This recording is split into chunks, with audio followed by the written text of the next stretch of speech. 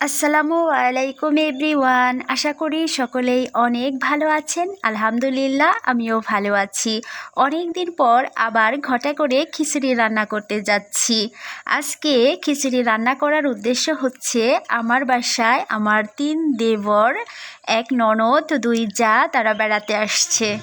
যে যেখান থেকে আমার ভিডিও দেখছেন, যদি ভালো লেগে থাকে লাইক শেয়ার দিয়ে পাশে থাকবেন।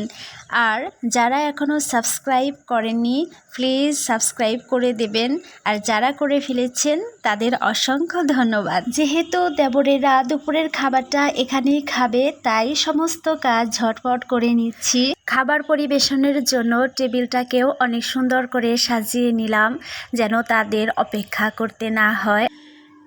প্রিয় মানুষগুলোর সাথে সময় কাটানো, একসাথে বসে গল্প করা, খাবার খাওয়া, সব কিছু মিলিয়ে সত্যি অনেক আনন্দের হয়।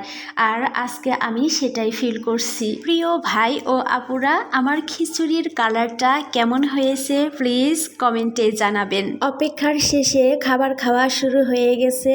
এটা হলো আমার বড় দেবর, মানে আমার মামার শ্বশুরের বড় ছেলে। এটা মেজো ছেলে, আর ওই তো কর্নারে বসেছে ছোট ছেলে। এই তো আমার 3 দেবর, আর এই 2 জন হচ্ছে আমার জা। আমার ননদকে ভিডিওতে আনলাম না, সে রুমে বসেই খেয়ে নিচ্ছে। খাবার খাওয়া শেষ করে বিকেলবেলা আমরা যাচ্ছি একটু ঘোরাঘুরি করার জন্য।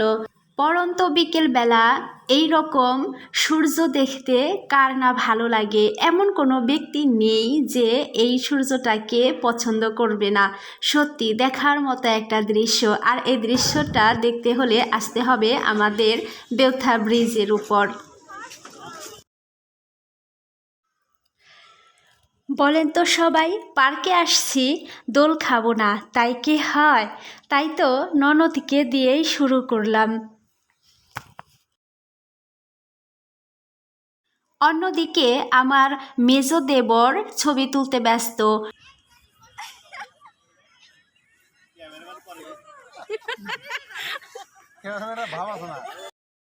মানিকগঞ্জের ভেতর দিয়ে বয়ে যাওয়া কালীগঙ্গা নদী।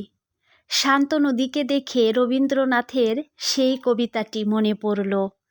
হে বিরাট নদী, অদৃশ্য নিঃশব্দ তব জল, অবিচ্ছিন্ন অবিরল চলে নিরবধি। বিকেল গড়িয়ে যখন সন্ধ্যা নেমে এলো, সন্ধ্যার পরে সবাই মিলে ফুড স্টেশন চলে এলাম। এখানে এসেও প্রত্যেকেই ব্যস্ত যার যার মতো ছবি তোলায়।